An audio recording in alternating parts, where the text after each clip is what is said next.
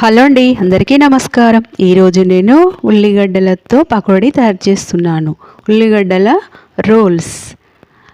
1 cup శనగపిండి, అరకప్పు బియ్యం పిండి, 1 స్పూను కారం, అర స్పూను ఉప్పు, అర స్పూను జీలకర్ర, అర స్పూను ధనియాల పౌడర్, చిటికెడంత వంట సోడా, కొన్ని నీళ్లు వేసుకొని ఇలా జారు పిండిలా కలుపుకోవాలి. మూత వేసి ఒక 10 నిమిషాలు పక్కకుండనివ్వాలి.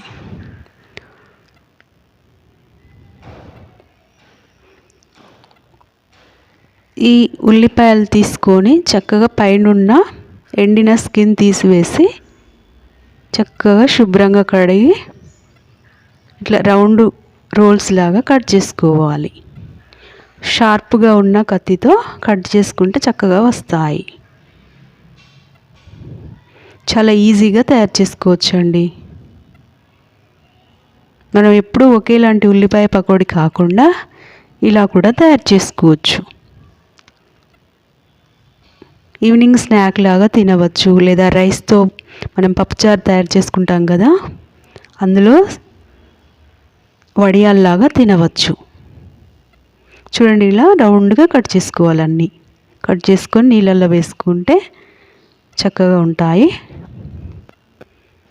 మనం ఎప్పుడూను ఏదైనా స్నాక్ తయారు చేసుకోవాలనుకున్నప్పుడు ఇలా హెల్తీగా తయారు చేసుకొని తినడం వల్ల మన ఆరోగ్యం బాగుంటుంది.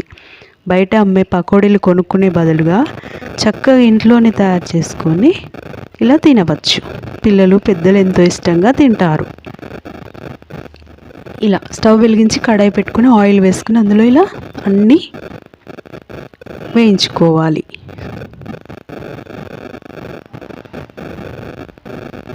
చూడండి, ఇలా అన్నీ వేయించుకొని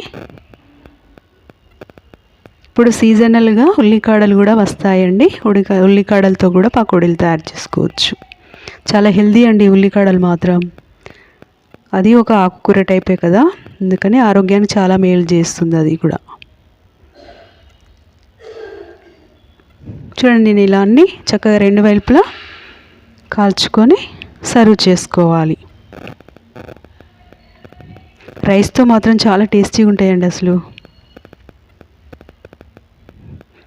పిల్లలు స్కూల్ నుండి రాగానే చక్కగా కాళ్ళు చేతులు శుభ్రంగా కడిగించేసి ఇంట్లోనే ఆకుకూరలతో చక్కగా స్నాక్ తయారు చేసి పెట్టండి. ఎందుకంటే వాళ్ళకి ఇమ్యూనిటీ పవర్ బాగా అవసరం ఉంటుందండి పిల్లలకి. ఇప్పుడు పిల్లలు పెద్దలు చక్కగా ఎక్కువ ఆకుకూరలతోనే తయారు చేసుకొని తినండి. పాలకూర, కొత్తిమీర, చుక్కకూర, ఇలా అన్ని